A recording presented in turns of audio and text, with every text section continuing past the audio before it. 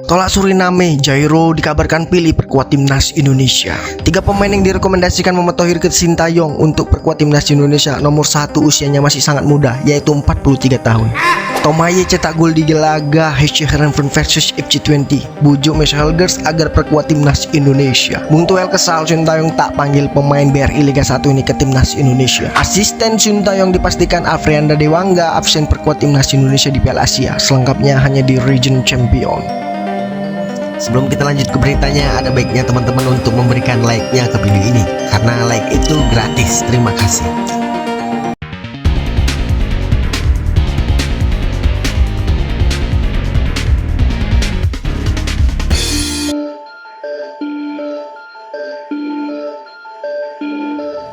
Gelandang Crystal Palace, Jairo dikabarkan memilih memperkuat timnas Indonesia ketimbang Suriname. Kabar itu disampaikan ahli pemain diaspora asal Suriname, Brian. Brian mengatakan Jairo telah menolak bermain untuk Suriname dan mempertimbangkan untuk timnas Indonesia. Tulis akun Instagram @footballindonesia. Menyatut pernyataan Brian, dalam beberapa bulan terakhir memang nama Jairo muncul sebagai pemain berpotensi dinaturalisasi untuk menjadi warga negara Indonesia. Rumor itu muncul setelah beredar di DM Instagram antara Jairo dengan akun Instagram @pemainketurunan_id.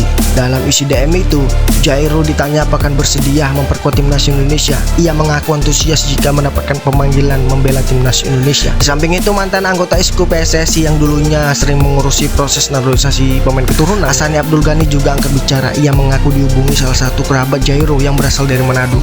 Menarik menanti apakah Jairo bisa dinaturalisasi menjadi warga negara Indonesia atau tidak. Jika berhasil dinaturalisasi, kehadiran Jairo di lini tengah timnas Indonesia sangatlah dinantikan. Gelandang 27 tahun itu bukanlah pesepak bola sembarangan. Sejak 2017, gelandang berambut keribu ini mentas di kasta tertinggi di Liga Inggris bersama Crystal Palace. Sebelumnya ia merupakan pemain andalan Ajax Amsterdam dan membantu klub itu juara Liga Belanda musim 2013-2014. Menarik menantikan apakah ia bakal tiba di Indonesia dalam waktu dekat atau tidak. Kita doakan bersama. Sebanyak 3 pemain yang direkomendasikan Muhammad Thohir ke Sintayong untuk memperkuat timnas Indonesia. Nama Muhammad Thohir sedang menjadi sorotan karena ucapannya yang menyamakan kualitas pemain naturalisasi dengan pemain lokal. Gelandang 30 tahun itu juga meminta PSSI untuk menggelar laga uji coba antara pemain lokal dan naturalisasi. Jika laga itu digelar, Muhammad Thohir optimis pemain lokal akan memenangkan pertandingan. Apa yang disampaikan ex gelandang Persipura Jayapura itu dinilai banyak orang sebagai lelucon. Selain itu, dia juga menyarankan kepada Sintayong untuk memanggil 3 pemain ini ke timnas Indonesia. Yang pertama, Ruben Sanadi yang kini usianya 37 tahun. Dinilai Muhammad Thohir masih layak mengisi sisi kiri pertahanan timnas Indonesia.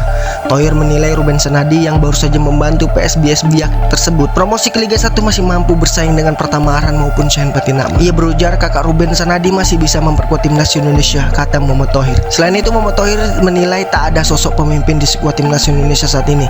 Karena itu ia menyarankan Sintayong untuk memanggil Boaz Salosa yang menginjak usia 38 tahun. Di timnas Indonesia harus ada leader yang ditakuti.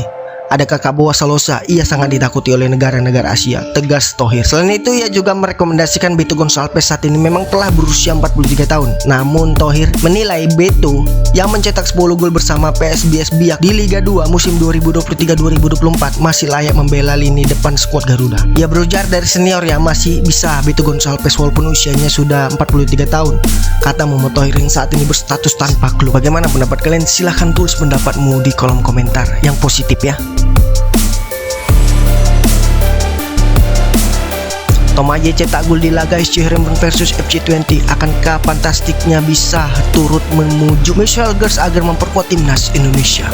Ya, kinerja Syamik pemain timnas Indonesia itu Tom Haye di laga SC Heerenveen versus FC20 dalam lanjutan Liga Belanda musim 2023-2024 memang luar biasa. Tom Haye sendiri dimainkan sang pelatih sejak awal laga. Pada menit ke-57, Tom Haye pun sukses menyumbangkan 1 gol lewat tendangan penalti.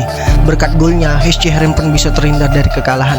Sebab sebelum gol itu tercipta, SC Heerenveen tengah tertinggal 3-2. Duel kedua klub itu pun tersendirinya akhirnya rampung dengan skor 3-3. Aksi ciamik Tom Haye di laga itu tak hanya menyelamatkan timnya dari kekalahan, dia juga bisa turut menggoda pemain keturunan lainnya dari Indonesia, yaitu Michel Gers, untuk memperkuat timnas Indonesia.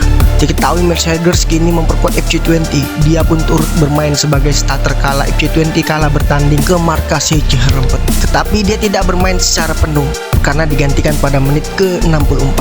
Tak ayal Matt Haggers tentunya menyaksikan betul Tom Haye dalam laga tersebut.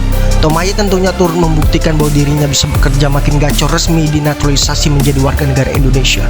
Akankah Haggers akhirnya turut tergiur mengikuti jejak Tom Haye membela timnas Indonesia? Matt Haggers sendiri diketahui memiliki darah keturunan Indonesia dari ibunya yang berasal dari Manado.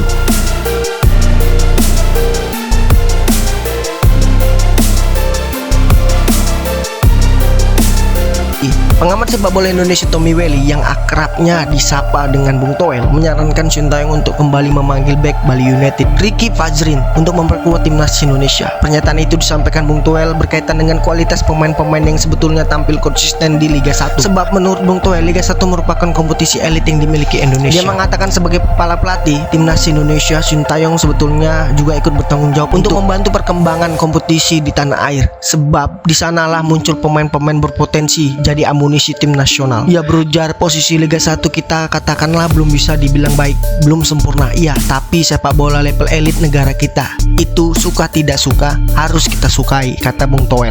Lalu ketika seorang pelatih internasional diangkat sebagai pelatih timnas Indonesia, dia harus ikut membantu. Dasarnya dari mana?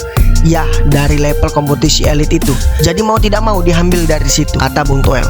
Lelaki berusia 53 tahun itu menilai Sintayong tak begitu aktif memantau para pemain yang tampil oke di kompetisi domestik. Padahal pelatih asal Korea Selatan itu sempat meminta perbaikan Liga 1.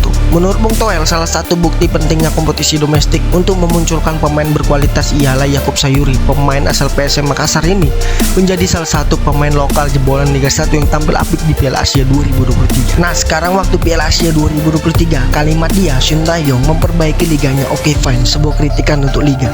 Tapi ketika ada sebuah kritikan untuk liga, setelah Piala Asia dia libur lama ke kampung halamannya. Katanya, padahal liga berputar lagi. Kenapa dia nggak memanfaatkan untuk jalan-jalan dari stadion ke stadion untuk melihat? Padahal kenyataannya di Piala Asia 2023, yang menurutnya saya memberikan perbedaan di luar pemain naturalisasi adalah Yakub Sayuri, kata Bung Toel.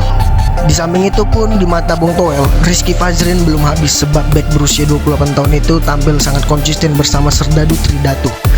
Selain berstatus sebagai kapten, pemain asal Semarang ini juga terlihat bisa menampilkan performa apik di banyak posisi.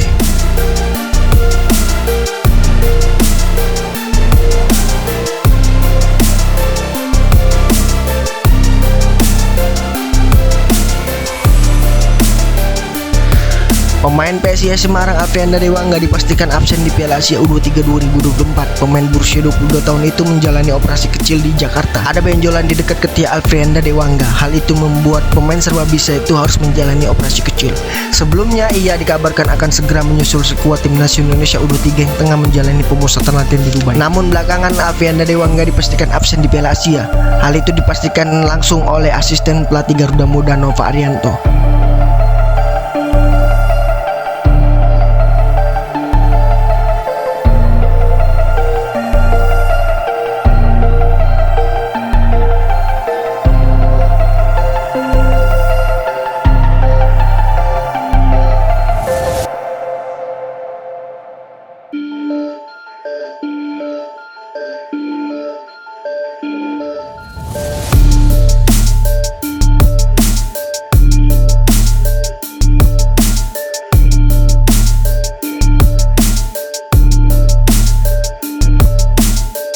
Nova Arianto berujar Dewangga tidak akan bergabung karena sedang proses recovery, ujar Nova saat dihubungi wartawan. Afrianda Dewangga sebenarnya sudah mengeluh sakit sebelum laga BRI Liga 1 antara Barito Putra kontra PSIS Semarang. Namun Dewangga tetap bisa dimainkan pada laga itu.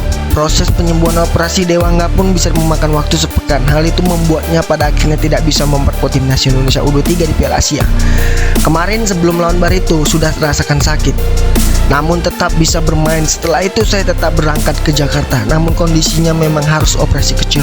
Terkait keberangkatan ke Piala Asia U23, saya menunggu instruksi dan melihat kondisi saya.